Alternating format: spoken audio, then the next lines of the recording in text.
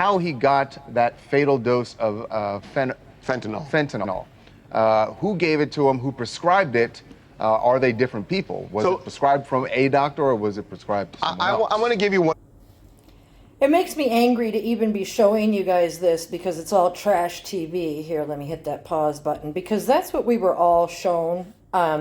Was this ghostly looking person wearing all black, allegedly outside of Walgreens on 4/20/16 at approximately, I believe it's about 7:04, if I'm not mistaken. We'll go over that in a minute. But this, as I've been saying the entire time, can be absolutely anybody. Not only that, you don't know what day this was because they were getting drugs on the 7th, the 14th, the 18th, the 19th, which we're about to find out about, having a party on the 19th and the 20th, and then telling us that Prince Rogers Nelson was outside of Walgreens pacing for drugs, and then the next day he died of fentanyl. Do you want to know the real story? Welcome back, part 4. Then, of course, real quickly, we're shown that this video, which that same person, that could be anybody. And I want you guys to take a look at something that I'm going to be getting into. In fact, I could probably do it now, but I'm getting ahead of myself because I want to talk about what happened on the 19th before the 20th. So I just wanted to point out to you that haven't seen this, that in that video that they show, that could be absolutely anyone. If you watched part 3, then I ended the video with Kim Pratt talking about how she is with Prince on the 19th and she was with him Tuesday before he passed. You got to go back and watch these other parts, you guys, because everybody talks about how where they were on the 18th and the 19th. And here's what Kim Pratt, the limo driver, had to say about the 19th. His frequent places that he loved to go, and I was with him before Tuesday night before he passed. His frequent places that he loved to go, and I was with him Tuesday night before he passed. There is no mistaking what she just said. So with all the identities, maybe a Prince died or almost died in Moline. They came back, another identity took over. They're still having Paisley Park after dark parties. You know, the show must go on. It's all about the money and the appearances and the image and the cover at Paisley Park. So people don't just say somebody passed, right? Okay? But then later on, she has this to say.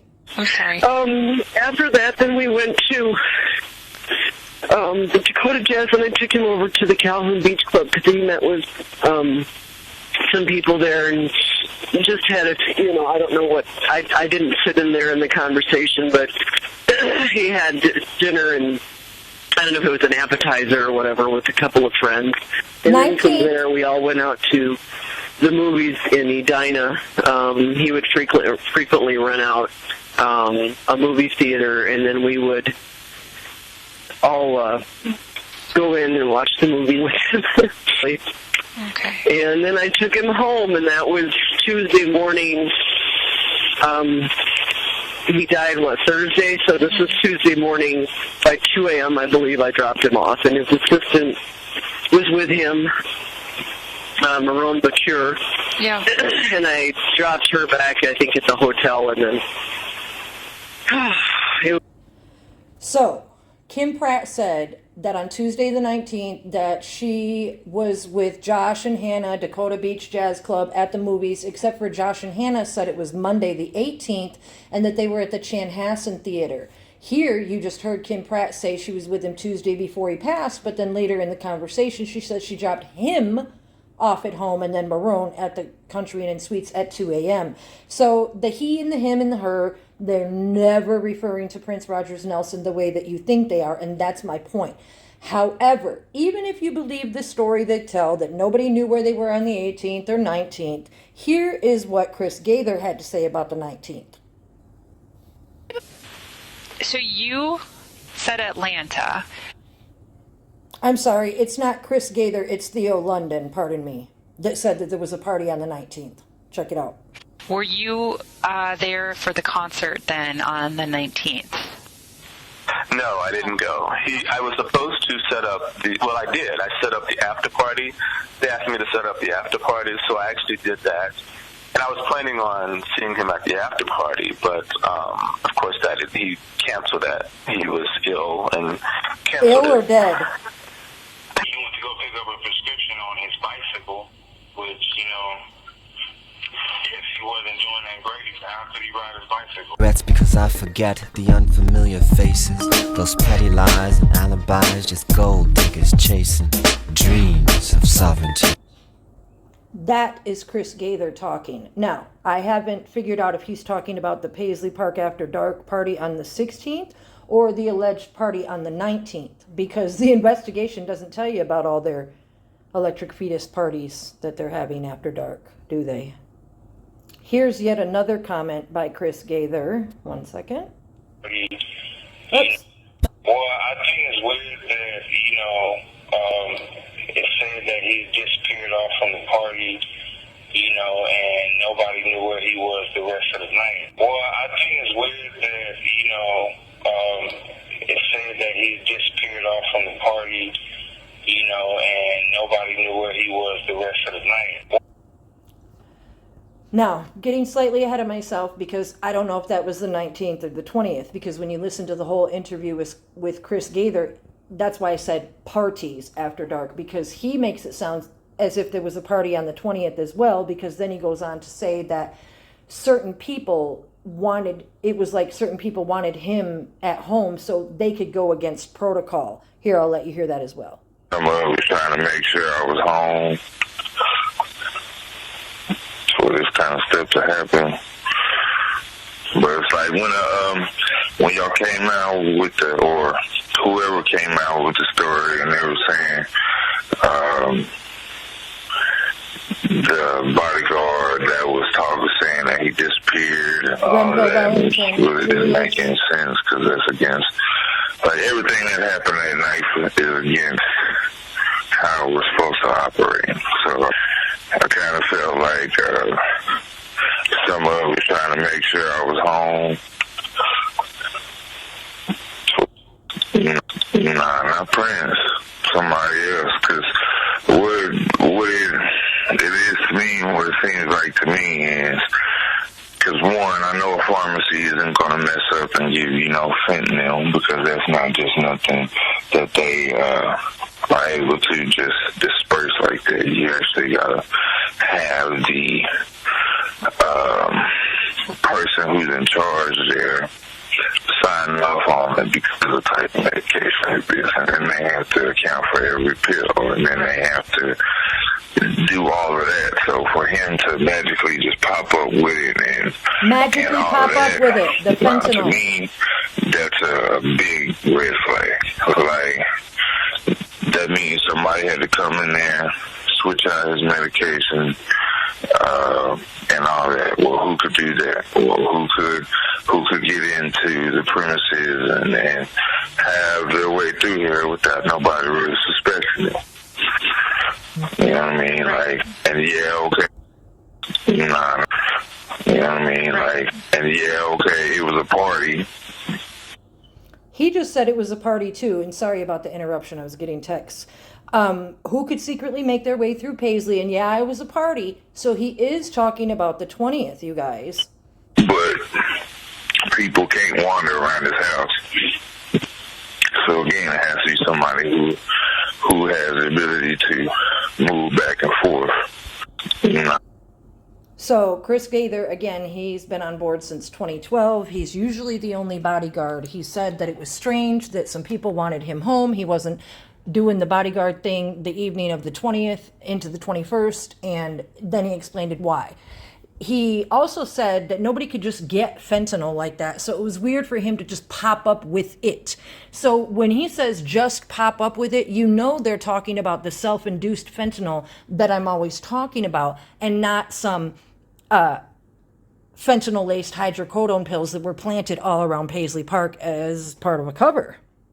Anyway, let's go back to the 19th. We got to do this effectively. Just as a refresher, in case you didn't see part 3, Kirk had said that he did not see Prince Sunday, April 17th, that he didn't see him again until Tuesday, the 19th. around 8 o'clock when they had a meeting with Prince, Larry Graham, Marone, and Kirk. He mentions nothing about Josh and Hannah, who say they were with Prince on the 18th. As well, Dr. Schulenberg says that on the 18th, he was being texted by Kirk to ask him to call him and that he would see him tomorrow, which would be Tuesday, the 19th. I wonder why they would see him tomorrow, the 19th, don't you? Of course, Larry Graham said it was Monday, the 18th, that he met with Prince when he had just got back from a tour. That's the same night that Josh and Hannah said they went out to the movies with Prince. Here's where they said they went to him with the movies on Monday, the 18th and 19th. They're obviously covering where everyone was.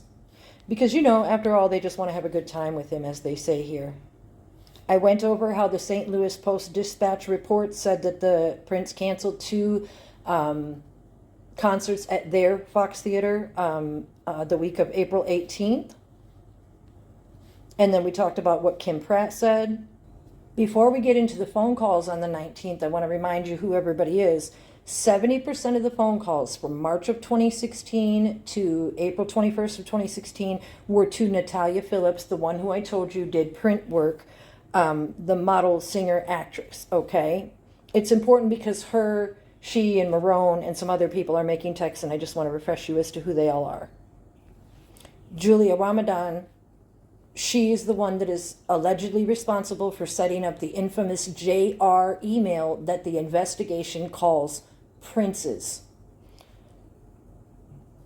Now, even if you still believe that we're talking about a valid investigation and that Prince was out and about on the 17th, 18th, and 19th with all of these people, then tell me why he was allegedly at home sending emails, which I will show you now. Because, of course, remember, he didn't use a phone, a cell phone, so anything that he was doing had to have been from either a laptop or at home. So here's an email on Tuesday, April 19th, where Marone Bakir is writing at 4:21. That's beautiful. Did you tell him? Oh, excuse me, I read it backwards. So this will make sense in a minute. Marone Bakir and someone else are typing back and forth. And this person said, he wanted me to sing The Most Beautiful Girl in the World on a Mother's Day special he's doing with Queen Latifah. And then Marone responded at 4:21, that's beautiful. Did you tell him you're grounded? LOL. Meaning somebody needed to stick around the house, right? So that's 4 o'clock on the 19th. Then at 5:51 p.m., they say Prince responds to Natalia Phillips. So that would be the JR email. 5:51, Prince is responding to her, sorry, I fell asleep. It had been a long day. So at 6 p.m., they're talking. At 12:53, they're talking. And then on 4/19/16 at 20:53, which is 8:53 p.m., they're stating it's okay is the best part of the response. And again, the officer says, while reviewing the email account, I observed several emails regarding his concern for his health, such as on 4/19 at 22:56. That's 10:56 p.m., you guys, allegedly the time that Prince was out at the Dakota and or the theater having a grand old time with all these participants. But pay attention, because they're saying that Prince sent this email to Marone Bakir asking that Ray Roberts, the chef, stop using canola oil and ask to use a different brand of bottled water with probiotics. Now, that bottled water becomes very important in the clues that I will get to later. But all of this time that Kim Pratt says he passed on Tuesday and they were Dakota and everywhere and here and there and everywhere, they're doing emails behind the scenes. Now, also, when you investigate the DEA information, when they found some prescriptions in the trash outside the concert hall, the prescriptions were dated 4/19, as you can see here, 4/19/16. The prescription pill container was filled at CVS Pharmacy, not Walgreens, in Kirk's name, and there was the 10 pills of the Tylenol 3 with codeine that Dr. Boo confessed to writing, although she confessed to writing them on the 14th, not the 19th. Okay, so they're all involved. And then there's the clindamycin with the blue-green capsules. So check this out. Here, the detective says, according to the warrant findings, the second prescription Kirk Johnson received on 4/14 was from Sarah Boo. I should put my phone on private when I do this. Okay, so she confessed to writing the 10 Tylenol 3 with codeine, but she says that they were filled on 4/14. Now, the investigation says that that medication that was written on the 14th was found discarded in the garbage can outside the concert hall as if not needed. That's what I just showed you here. Was they're talking about the trash can next to the exit door close to the stage in the concert hall. So the pills that she prescribed on the 14th were also prescribed on the 19th. Let you know they're up to no good. And though Walgreens is made infamous with the video and TMZ, they're filling at CVS as well. Moreover, item 15, the contents of the prescription bottle in Kirk Johnson name and marked acetaminophen Tylenol 3 with codeine prescribed by Sarah Boo. The bottle was located in the garbage can of the concert hall. One of the 10 pills tested showed the pill contained codeine as the bottle indicated. That means that not only were the alleged hydrocodone that they say were laced with fentanyl clandestine pills spread all around Paisley Park, only one of the pills that Sarah Boo wrote for contained codeine as prescribed. This lets you to know that they are lying about everything that they are doing. Why would only one of the pills? Why would this not affect anybody other in the Minneapolis area? Just Paisley Park, right? Here, when Dr. Schulenberg is talking to Chris Nelson, he says, Prince told me he had taken Tylenol. Maybe Tylenol 3 with codeine, people? Nelson says, okay. Schulenberg says, I asked him if there were any other ingredients in the Tylenol. I believe he said no, or that he did not know.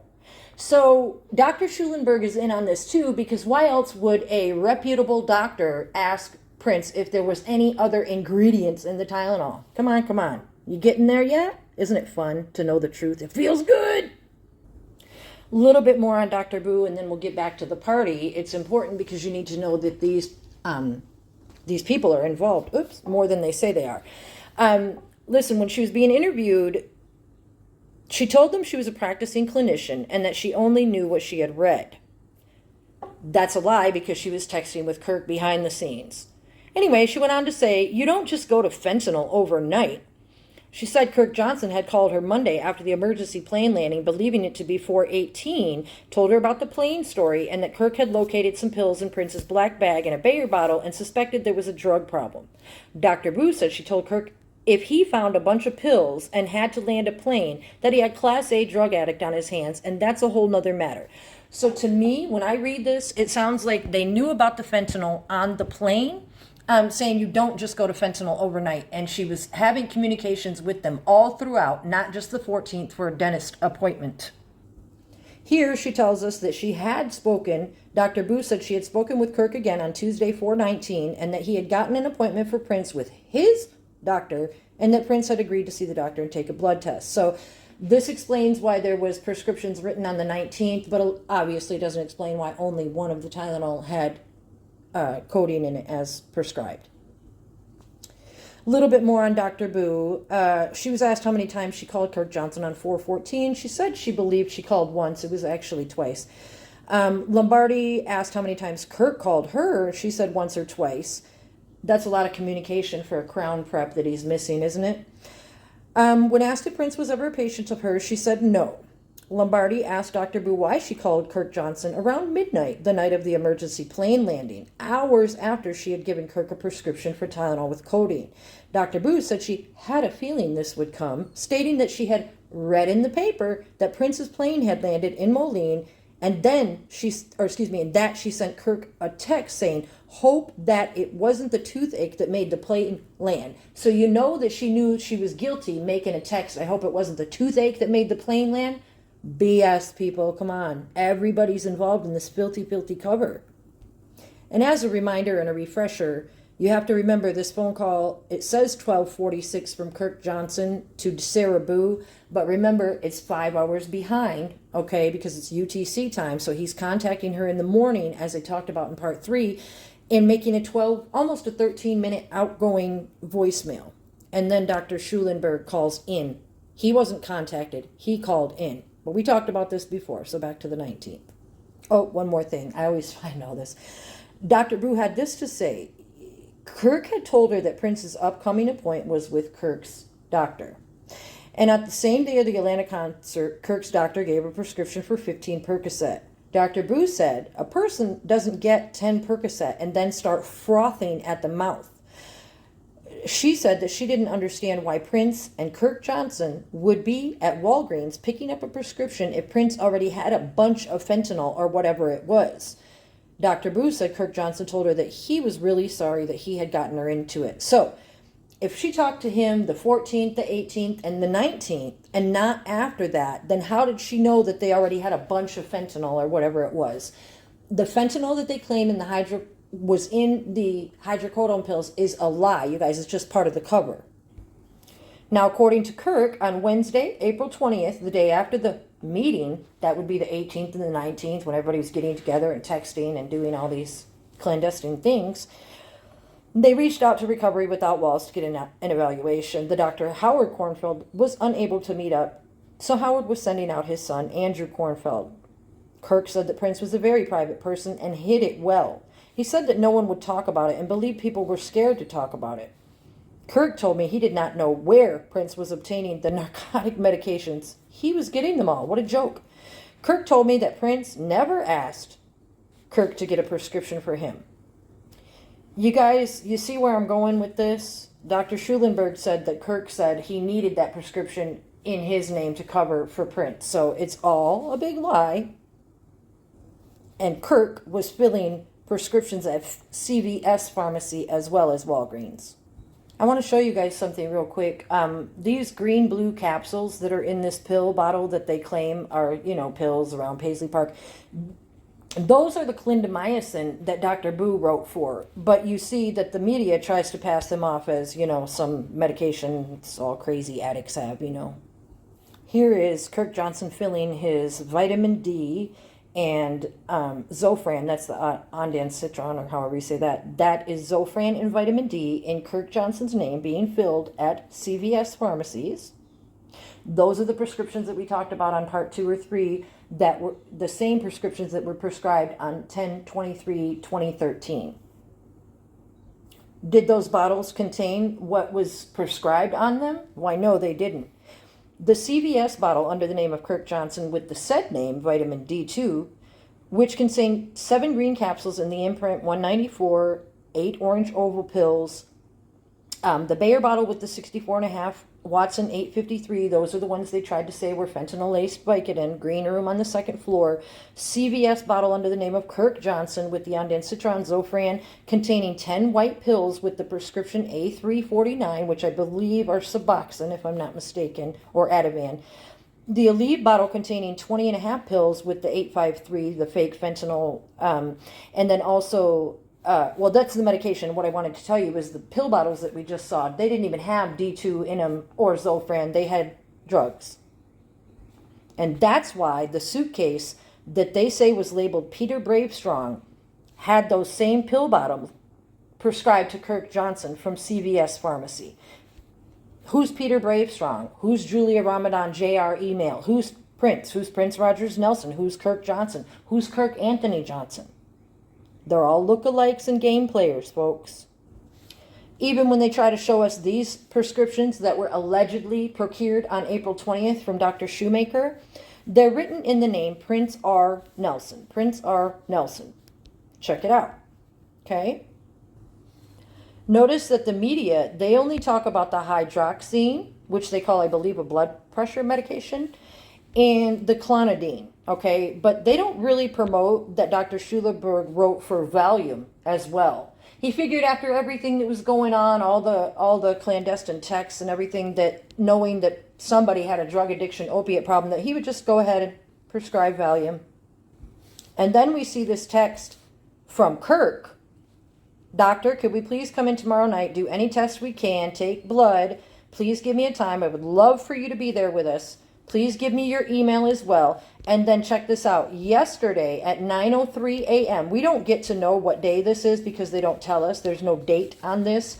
But I'm assuming that it was after the 3 prescriptions were prescribed on 4/20. Now, you'll notice the time. It says yesterday at 9:03 a.m. Doctor, am I supposed to take all 3 of these medications? There are 3 bottles. So that could match up with a dead body being found around 9:15, 9:43.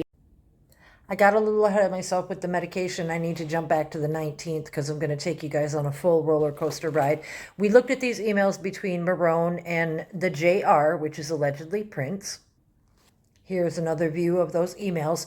These emails, in fact, include Stella Blue, who is an alleged drug dealer, Marone Bakir, JR, and Natalia Phillips. So 4 people, 1, 2, 3, 4. Yeah, 4 different people emailing at the same time on the 19th when the other witnesses, Kim Pratt, that's the same evening she said Prince passed, and she dropped Marone off at 2 o'clock in the morning, and all these various unaccounted for witnesses as well as Prince.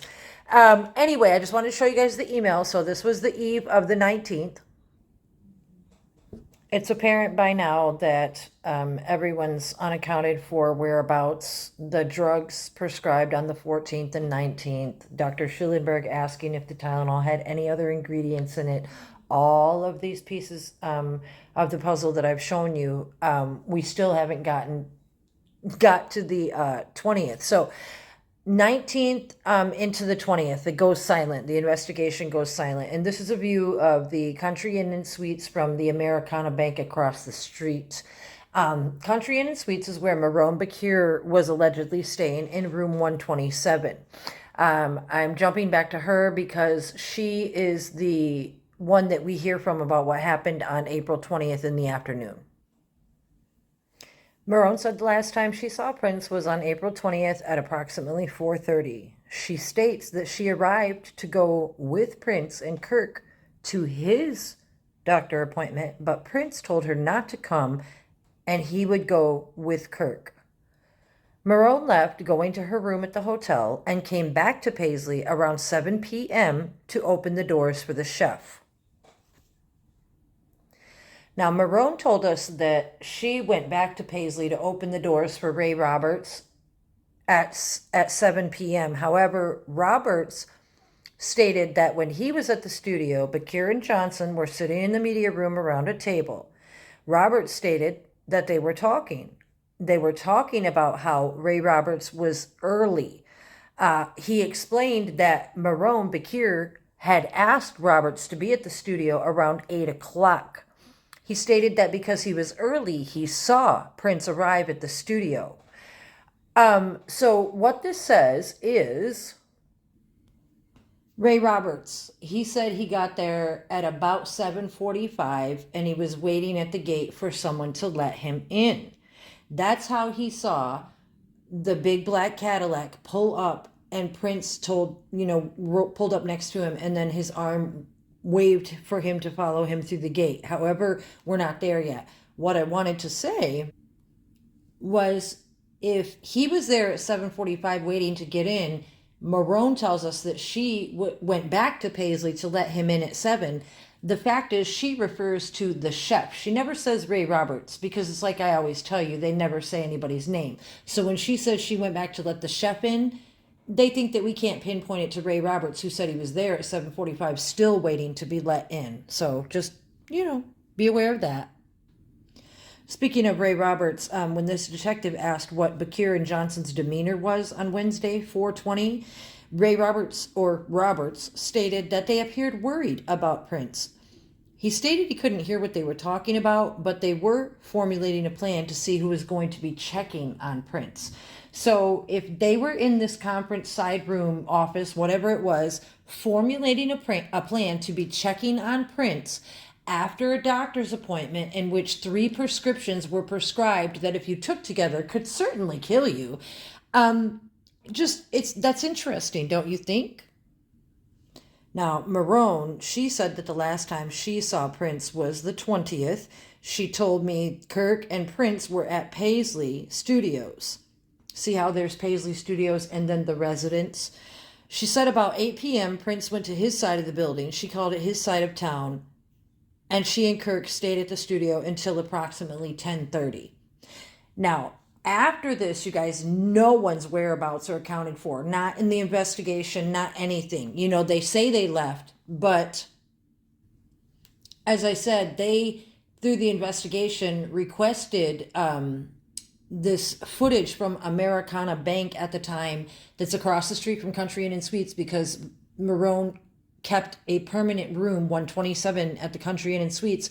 There should have been footage of her leaving, coming and going, and or checking in Cornfield at 8:45 the next morning, because they allege Country Inn and Suites itself doesn't have security in 2016, and yet it was known to be the substation for Paisley Park. So you know what kind of people were coming in and out of there that they didn't want security.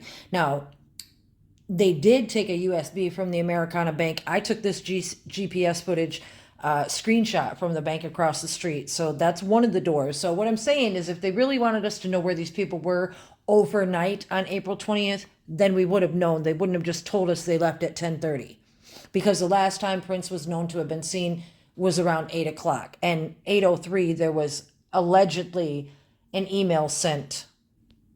This email here from the infamous JR to Phaedra Ellis Lampkin's reimbursement that allows her to pay out the $192,000 in fees and everything. That email was sent to 8:03, but we don't know who sent that, because again, the Julia Ramadan email could be absolutely anybody. And of course, Phaedra said she was from Silicon Valley and she could get in the computer and do anything that needed done.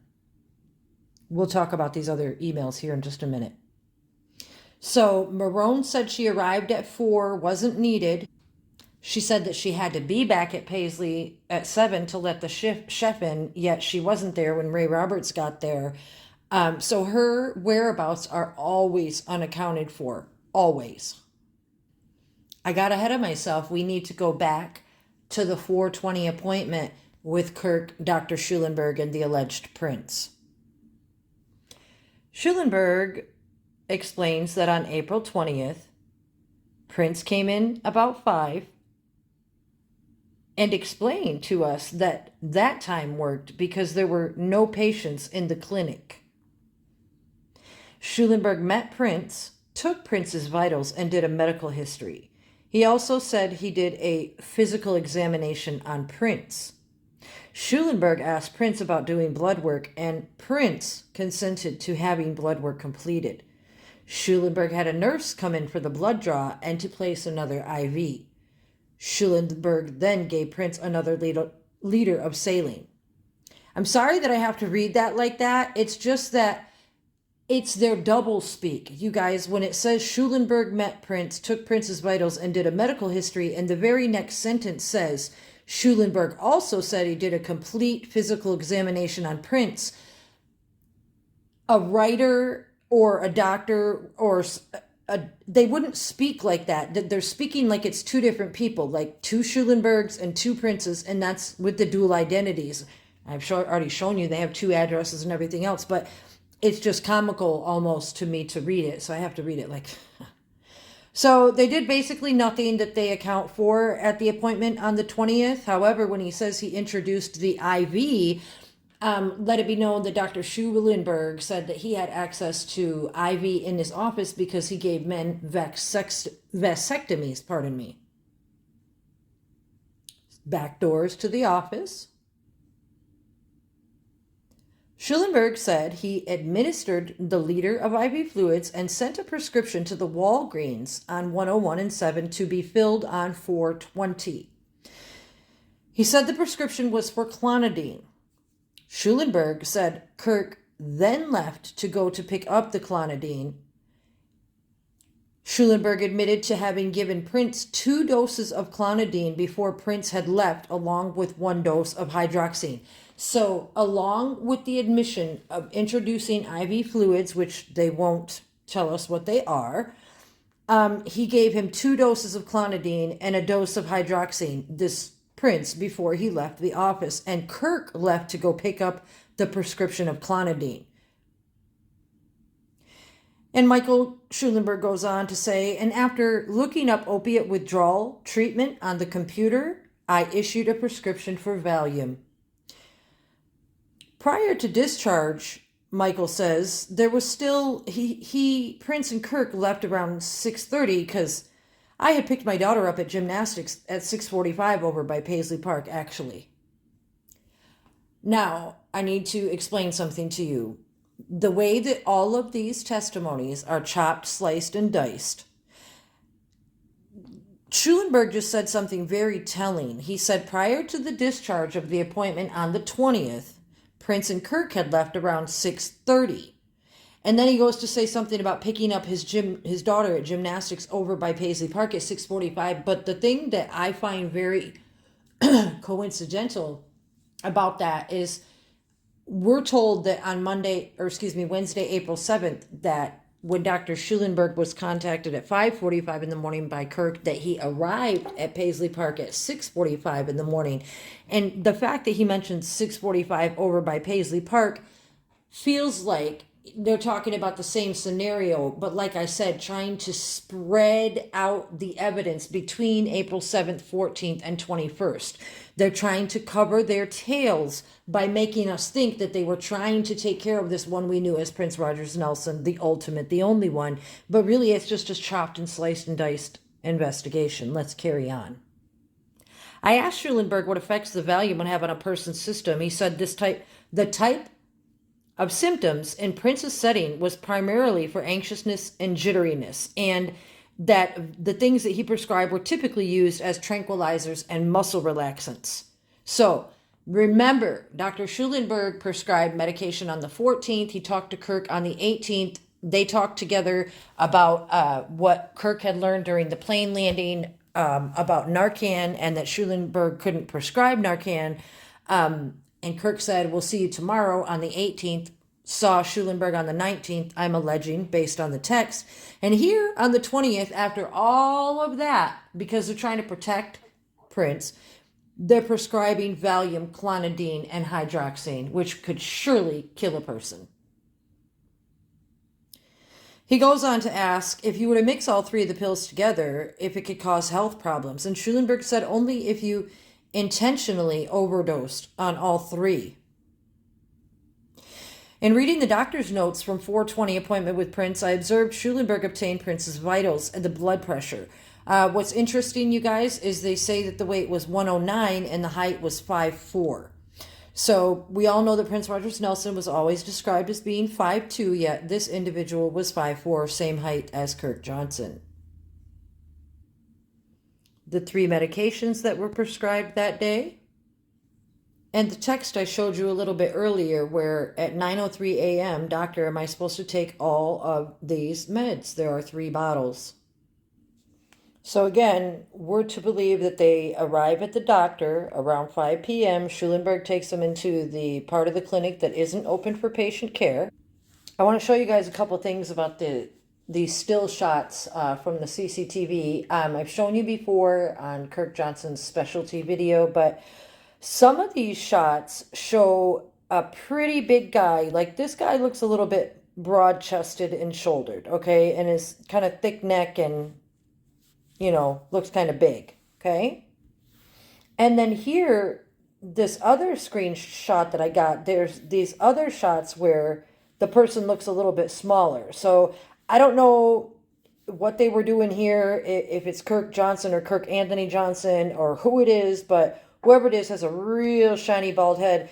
And then they also have this dark, I don't know, it could be like a wig hanging down. Do you see the black fuzzy thing that looks kind of like a Brillo pad around the neck? If that was a wig and you just pulled it down, I mean, the other thing about that, you guys, is see that person that is allegedly Kirk Johnson is wearing an Under Armour hoodie. Guess who else is photographed in an Under Armour hoodie?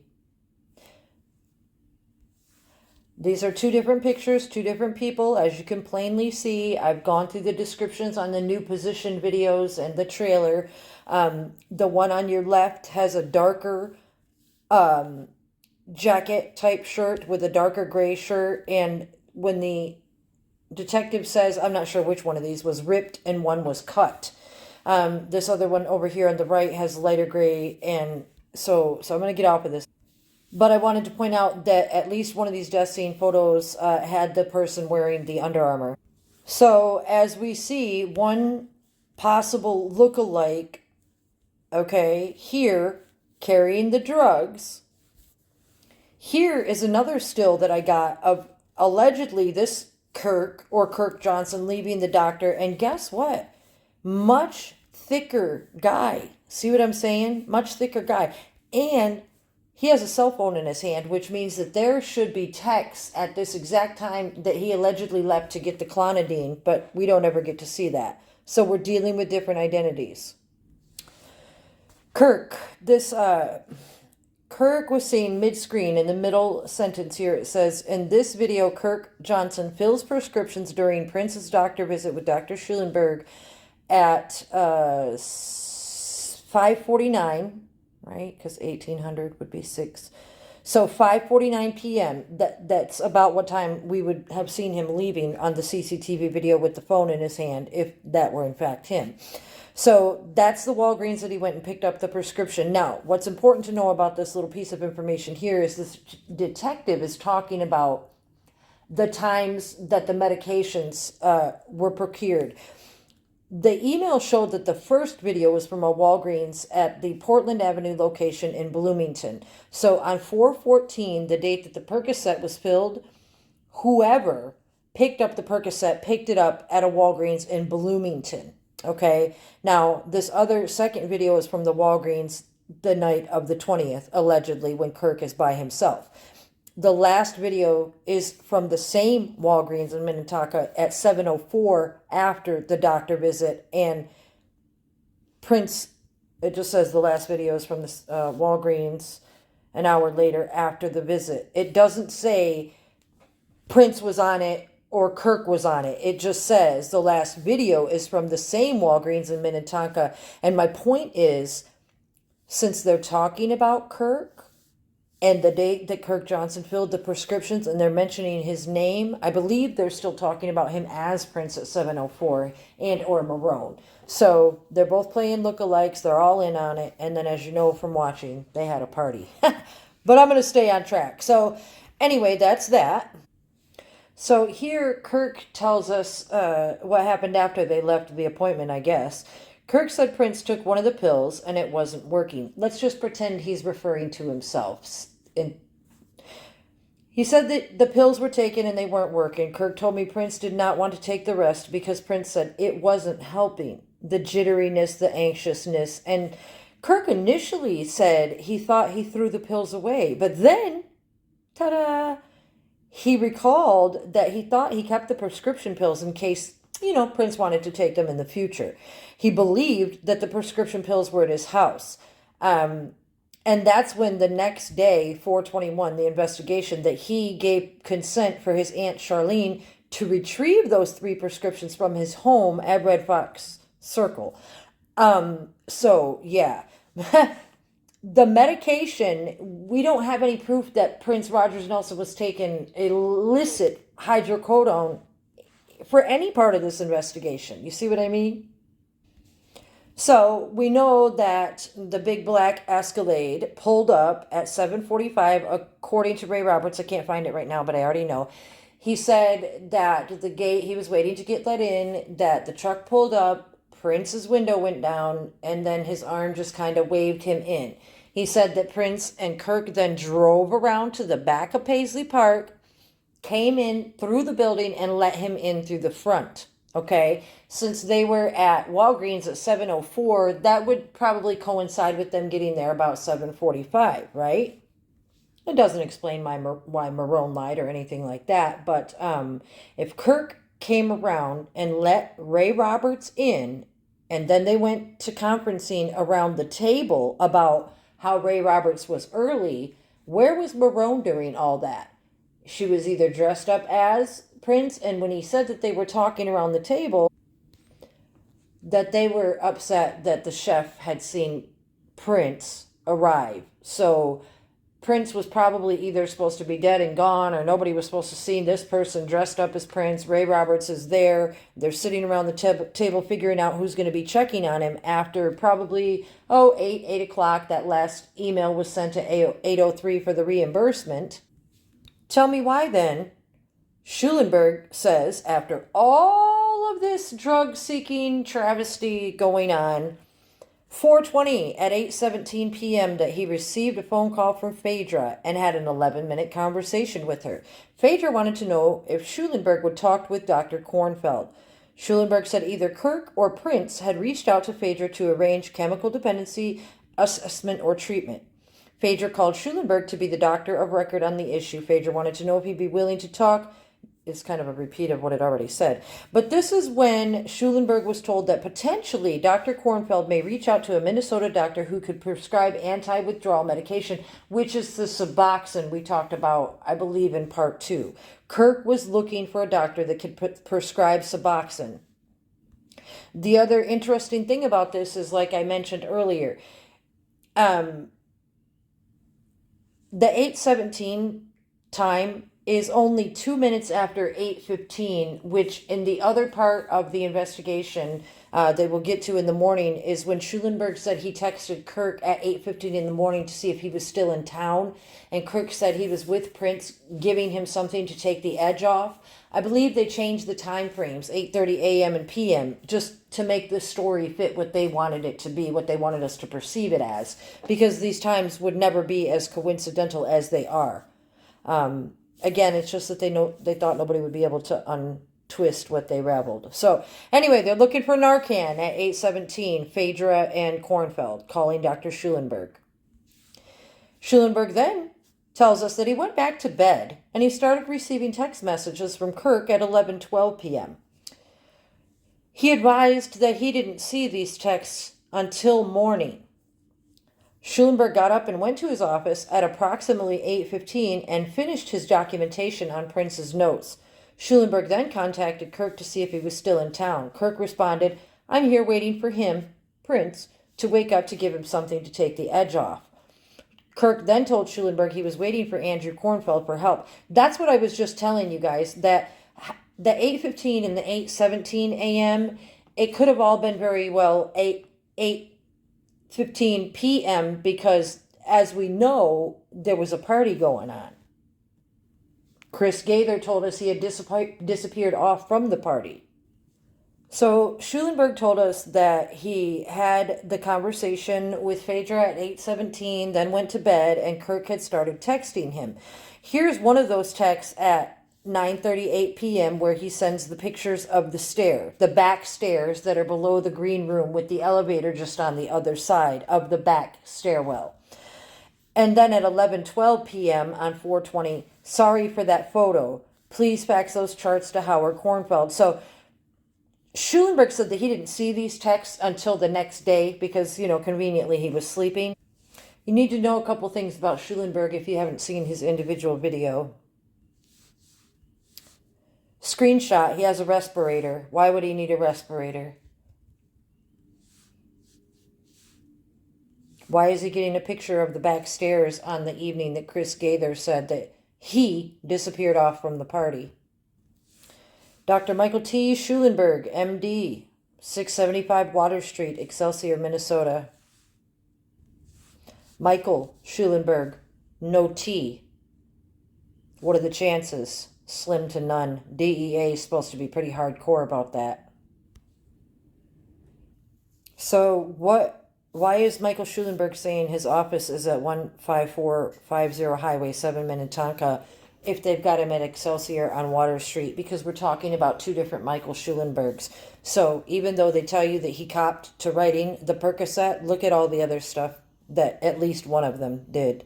That Prince had a doctor that was from Minneapolis that would sometimes fly out to concerts and things, but nobody can recall his name. Oh man, yeah, that would be his doctor. The other doctor he saw before he passed was Kirk doctor. He saw what? The one he saw before he passed. Oh, was yes. Kirk doctor. Kirk's doctor. Yep, we know about him, Dr. Schulenberg. But there was supposedly a different one that would come out to concerts. Two different doctors, and I believe she may be referencing Andrew Kornfeld as well. Well, whenever he would need like doctors to come out to concerts, they would find somebody. It wouldn't be the same person. It would at the concerts, they would just whenever he would need like doctors to come out to concerts, they would find somebody. It wouldn't be the same person. It would be like somebody different, whoever's in that area. Then they make them sign a agreement saying a non-disclosure, saying Whether the doctor was Andrew Kornfeld, Dr. Schulenberg, Michael T. Schulenberg, Doc, they were up to no good because even Andrew Kornfeld brought drugs in a baggie